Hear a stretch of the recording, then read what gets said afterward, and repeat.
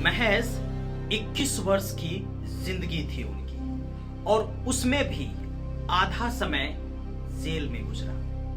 लेकिन 60 पेजेस का ऐसा रहस्य उन्होंने लिखा जिससे कि मॉडर्न अलजेब्रा को एक नई दिशा मिली, एक नया आयाम मिला।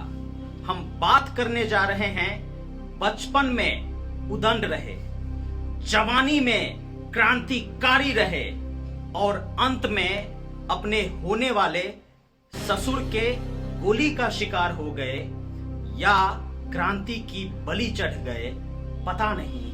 हम बात करने जा रहे हैं महान गणितज्ञ इवारिस्ट गैलवा की।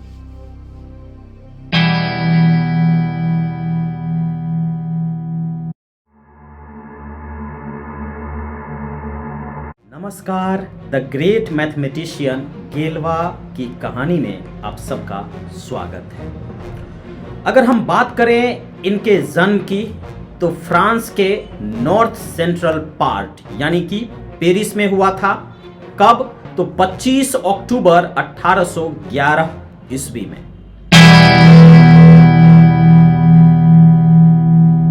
फैमिली बैकग्राउंड क्या था?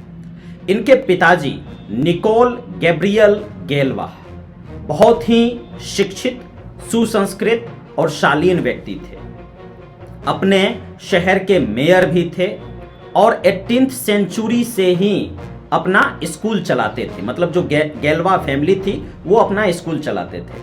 और ये जो समय है 1799 से लेके 1815 तक, सबको मालूम है कि उस समय राजनीतिक अस्थिरता थी फ्रांस में। तानाशाह नेपोलियन का साम्राज्य था, एक तरह से उनकी ताकतें थी।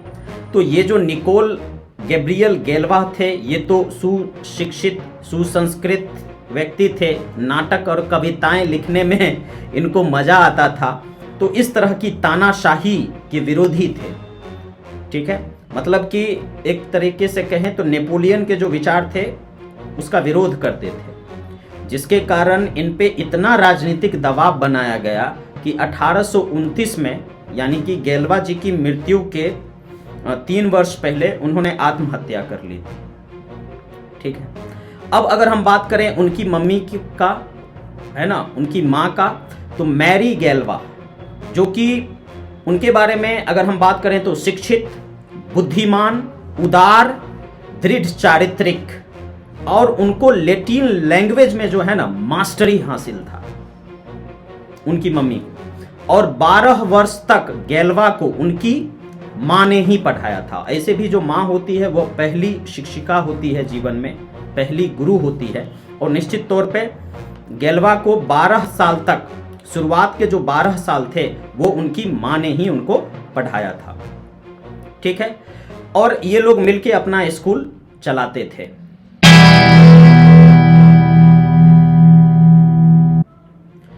अब बात करते हैं गैलवा के एजुकेशन की। तो बचपन में बड़े ही उदंड किस्म के बालक थे।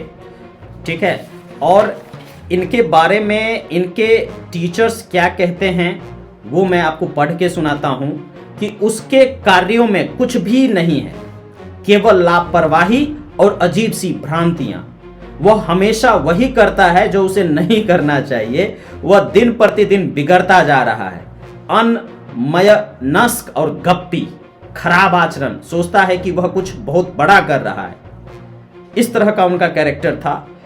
उनके एक शिक्षक जिनका कि नाम था डेस्फोर्जे, उन्होंने लिखा कि वह गणित के आकर्षण के प्रभाव में है, इसलिए मेरे विचार से उसके माता पिता को सलाह दी जानी चाहिए कि वे उसे अपनी सारी शक्ति इसी विषय में लगाने दें। वह यहाँ अपना समय बर्बाद कर रहा है और सिवाय शिक्षकों को चिढ़ाने के कुछ नहीं कर रहा है। शिक्षकों को चिढ़ा देते थे, कई बार उस पे जो है चौक मार दिया करते थे।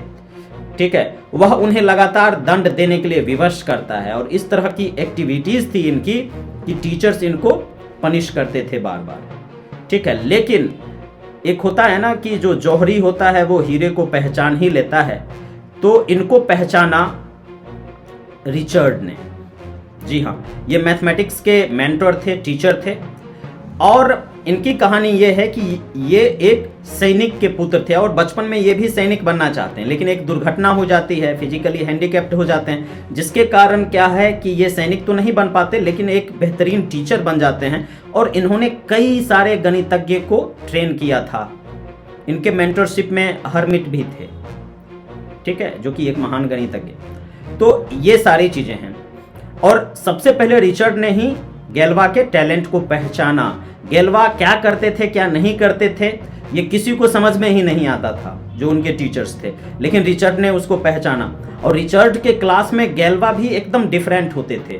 रिचर्ड जो बोलते थे वो गैल्वा आसानी से मतलब समझ जाते थे और उनके बात को फॉलो करते थे। इससे पहले तो इन्होंने किसी भी टीचर को फॉलो ही नहीं किया था, किसी की बात भी नहीं मानते थे, लेकिन रिचर्ड जो थे उनकी हर एक बात को मानते थे, उनके होमवर्क भी बहुत सही तरीके से करते थे।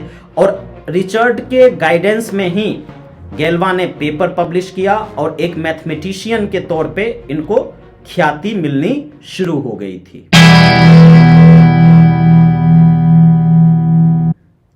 अब यहां पे है कि bad luck of गैल्वा।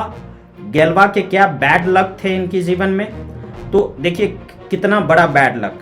Eight the age of 19 Galois क्या करते हैं कि एक बहुत ही हाईएस्ट क्वालिटी का मतलब जो कंपटीशन रहता है ग्रैंड प्राइज इन मैथमेटिक्स, उसके लिए प्रिपेयर करते हैं एक पेपर, ठीक है, पेपर सबमिट भी करते हैं।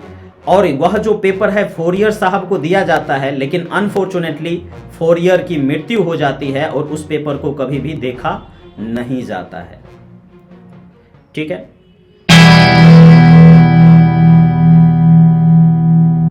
उसके बाद है कि भाई गैल्वा का जो कंट्रीब्यूशन था वो क्या था और इनका जो डेथ मिस्ट्री है वो क्या है। तो कंट्रीब्यूशन इन मैथमेटिक्स की बात करें तो normal subgroups, isomorphism, simple groups, finite fields, Galois theory.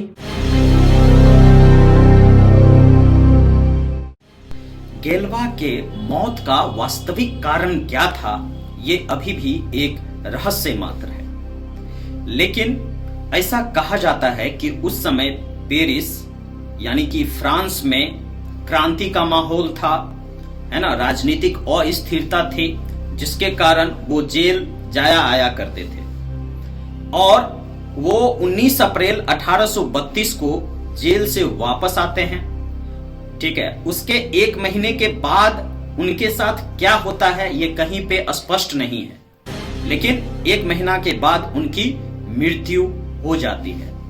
अब यहाँ पे दो स्टोरी है। एक स्टोरी ये कहता है कि वह इलाज के लिए अस्पताल जाते हैं, वहां पे उनकी मुलाकात डॉक्टर ड्यू मोटेल से होती है, ठीक है। और इलाज के दौरान डॉक्टर ड्यू मोटेल की जो पुत्री थी स्टीफेन, उससे गैल्वा जी का मुलाकात होता है और फिर दोनों में प्रेम प्रसंग हो जाता है। और यह जो प्रेम प्रसंग है यह डॉक्टर ड्यू मोटेल को बिल्कुल भी पसंद नहीं था और इसीलिए उन्होंने गैल्वा को शूट कर दिया या शूट करवा दिया।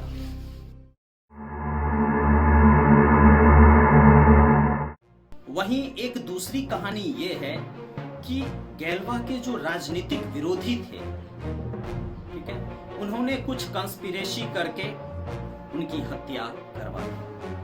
भले ही गैल्वा सिर्फ 21 वर्ष तक जीवित रहे, लेकिन वो आज भी जीवित हैं हमारी किताबों में, वो आज भी जीवित हैं हमारे सिलेबस में, हमारे दिल में, हमारे जहन में।